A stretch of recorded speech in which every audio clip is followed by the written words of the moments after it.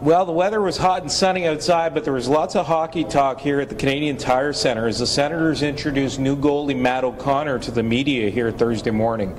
But that wasn't the focus of all the attention. While O'Connor's arrival is huge, there's lots more on the table for Senators GM Brian Murray as we shift into summer mode.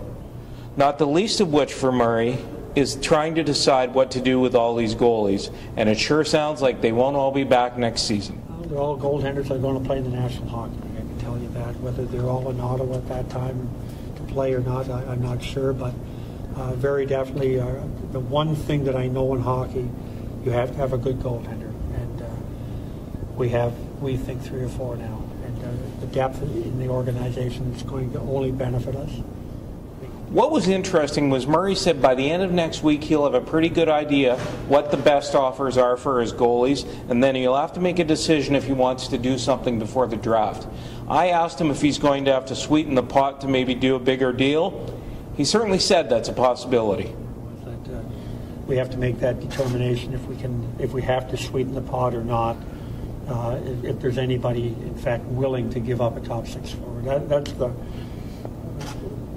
top 4 defense and top 6 forwards. The commodities are so hard to get, and usually you have to draft unless it's a cap situation and a veteran player that you go make a deal for. But at this point, anyway, we're going to look and get the best deal. And if it's something other than the top 6 forwards, then we'll have to do it.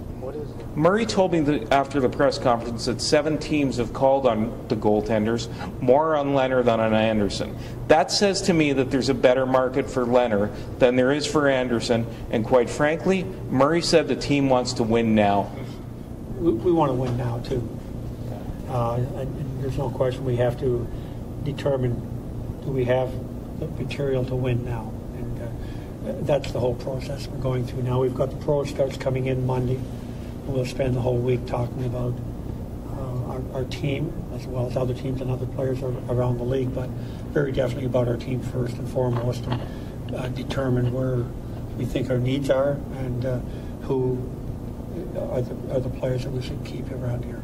As for O'Connor, he wears number 29 in honor of his hero Ken Dryden, and he expects to play 60 games in Binghamton next year. You know, when you meet a lot of the players that are very, bona fide players in the organization, you just really hope that you can get to play with them. But everyone's been really welcoming.